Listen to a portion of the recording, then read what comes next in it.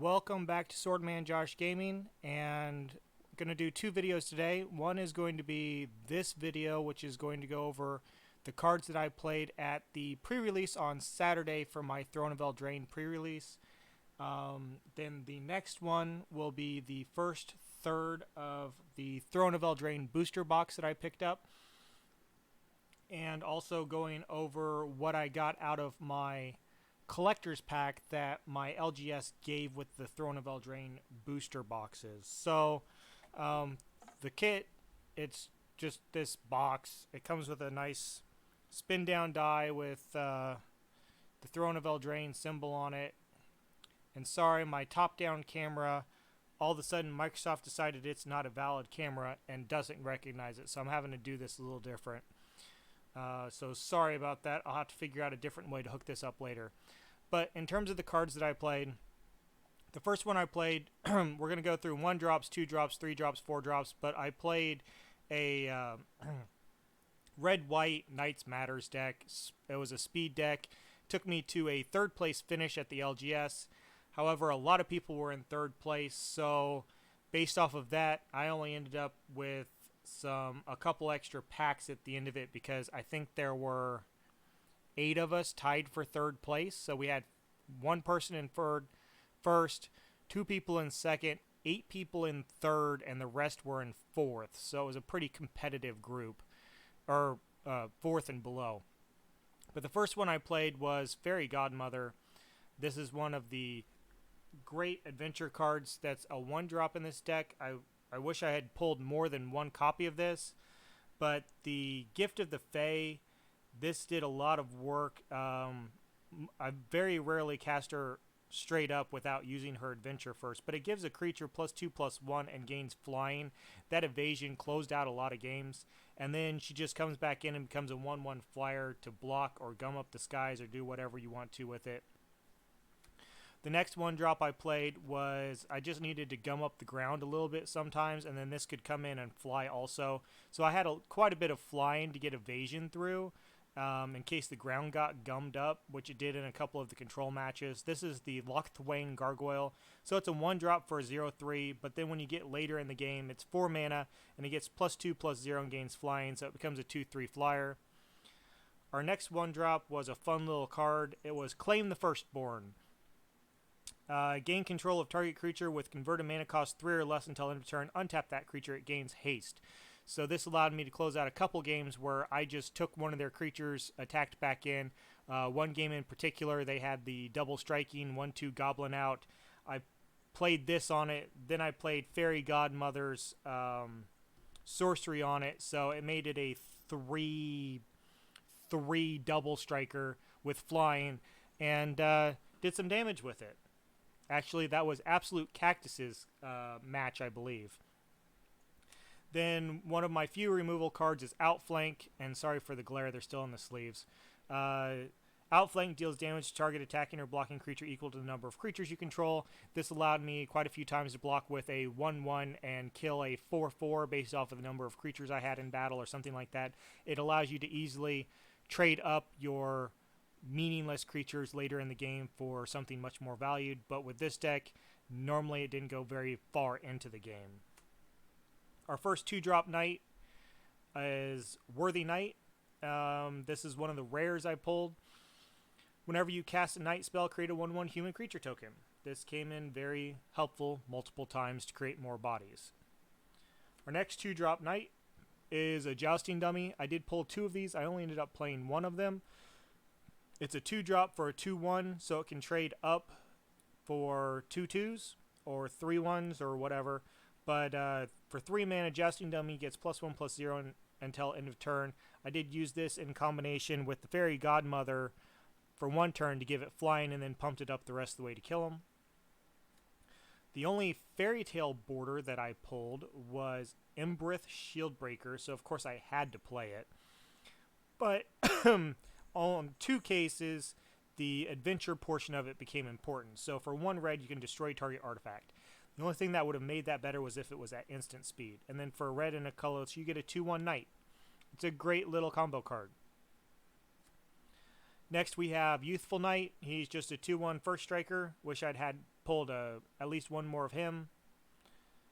Then we have Silver Flame Squire. This is a nice little combat trick on the On Alert, but I only ever played it once.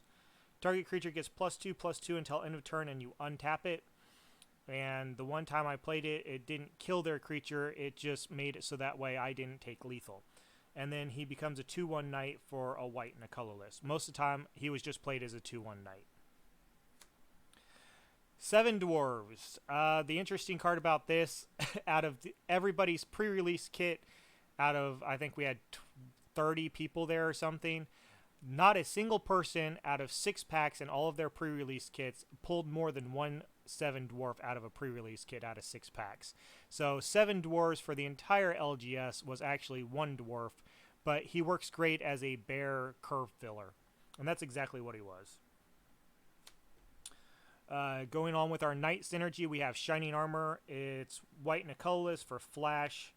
When it enters the battlefield, you can attach it to a knight you control. So as long as you have a knight in play before this, and I did use this as a combat trick at least once.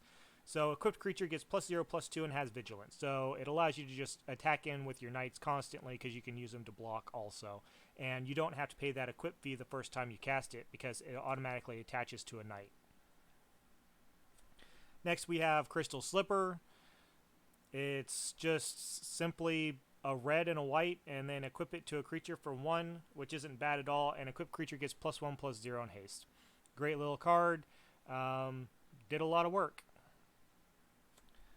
And it did a lot of work with this card as well. All That Glitters. So this is an enchant creature. I almost cut this card, but then ended up playing it, and this won me at least 2 matches. So enchanted creature gets +1/+1 for each artifact and or each enchantment you control. So it's +1/+1 with just this. But then you notice I play Jousting Dummy, Glass Slipper, Shining Armor. There's a couple more enchantments that I play also. So it was typically giving me, actually the card that it played with that I used on most often was this card right here. But it typically made this a 5/6 flyer in the air, which was just too much for most people and closed out games quick. But All That Glitters was our 2-drop spell that was just amazing. We have not 1, but 2 copies of Ardenvale Tactician. And I will say that a lot of people, the biggest thing that people would forget about was when we put these guys on adventures, to remember that we could then cast the other side of this, cast the creature side of it. So there were quite a few mistakes played that way. I did it as well. I actually lost a game because I forgot this guy was over there on an adventure. I still ended up with 3rd place, so I can't complain, but I don't think that would have changed my standings any. But 2 of them, the adventure side of it was absolutely amazing. You get to tap up to 2 target creatures. This card won me multiple games, just being able to tap down 2 of their creatures and then be able to get in for lethal, whether that be their flyers or their ground pounders, or some people were playing some walls to gum up the ground. So that was an absolutely amazing card. And then, of course, our other way to get in is Blow Your House Down. I did pull 3 of these, including a foil copy. I only ended up running 1. I'm glad I did, but this card was absolutely amazing. It closed out multiple games as well because 3 target creatures can't block, and if you're targeting a wall, it destroys it. There was one person that got really irritated with me. They played that 5/7 wall that kind of looks like Howl's Moving Castle, and they thought that was going to be their game-winning card. They tapped out to do it, and the very next turn, I played this on them. I destroyed their wall, attacked in for 10, and then the next turn I killed them. They put one of my guys to sleep on my turn for retribution, but they ended up dying to Blow Your House Down because I took out that 5, I think it's a 5/7 defender that you can tap some mana into it and it can then attack. Now we're into our 4-drops. So Ogre Errant was our first one. He's of course an Ogre Knight, 3/4, and when he attacks, another knight gets menace. So this helped get through a couple of board states as well. We have our big knight, which is Firstborn Knight. This one closed out some games just because of the double strike. I never did pump him, but a 2/3 double striker for 4 is not bad at all. You could pump him, and just the threat of that pump sometimes was enough for people to let him through. we have Silver Flame Ritual. Put a +1/+1 counter on each creature you control. And it's adamant, so if you spent 3 white mana, all your creatures get vigilance. This helped in multiple games as well, so that way I could attack out and then still be able to defend, so that way I didn't lose the game. My mythic that I pulled, I didn't really pull much in the way of bombs, but this is probably the closest thing I pulled to a bomb card, and that's Outlaw's Merriment. The only problem with it is it's not really that much of a bomb because it takes every single upkeep to make a difference. However, this did win me one game just because I ended up rolling randomly and getting this lifelink cleric, and I needed that lifelink to stay alive. So it did win me a game, but it's not the bomb I hoped it to be. It was just a fun card to play. The 2 white was a little rough sometimes to get it out. I wish it would have been like 1 white, 1 red, and 2 colorless, or even make that 3 colorless. Just that 1 white, that 2 white sometimes was a little rough. But that was what I would consider my bomb card. Then we get into our 5 drops. So we have Circara, the Bold. I actually only ever got to play her once. I never saw her out of my deck. I just didn't draw her except for one time. And the one time I drew her, I played her. And the game was over before I even got to attack with her. So I know a lot of people did good with this card, but my games were over quick enough that in general, I never got to play around with Circara. Burning Yard Trainer. This is one I saw quite a few games, though, and this one's one of my foils. It's a 3/3 Trample Haste Knight, which is great, because you have all the other Knight synergies. But when it comes into play, another target Knight gets +2/+2 and gains Trample and Haste until end of turn. Now, giving another Knight Haste really didn't matter, because this was already 5 mana that you had to spend to get it out. But that +2/+2 and Trample, that did make a difference in quite a few games for him hitting the board and allowed me to close some out. Our next 5 drop, we have a pair of Lonesome Unicorns. Very rarely did we get to the unicorn side of it, but a couple games we did. But it was mostly played for the Writer in Need side, which created a 2/2 white knight creature token with Vigilance. So it's 3 mana for a 2/2 with Vigilance, and it's a knight, so it played into our knight synergy and did great work. A couple games, we ended up playing the unicorn side later in the game, which was nice, but for the most part, the knights just did the work. So we had 2 copies of that. Then we had Searing Barrage. This closed out a couple of games as well. Searing Barrage deals 5 damage to target creature. However, where it's at is if you can play it with the Adamant. If at least 3 red mana was spent to cast a spell, Searing Barrage also deals 3 damage to that creature's controller.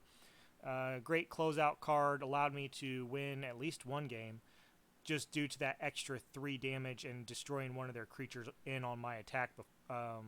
So, yeah, it was a good removal, but like I said, all my removal that I pulled was in blue, but I didn't pull any creatures to support playing blue, because I pulled 3 Frogifies, 2 of the Sleep Paralysis, a counter spell, but I didn't pull any creatures to make it worth playing blue. I didn't have enough creatures to be able to close out a game, so I ended up playing red.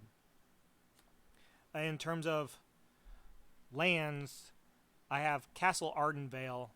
This was a great mana sink. It's a white land, but for 2 white and 2 colors, you can create a 1/1 human creature token.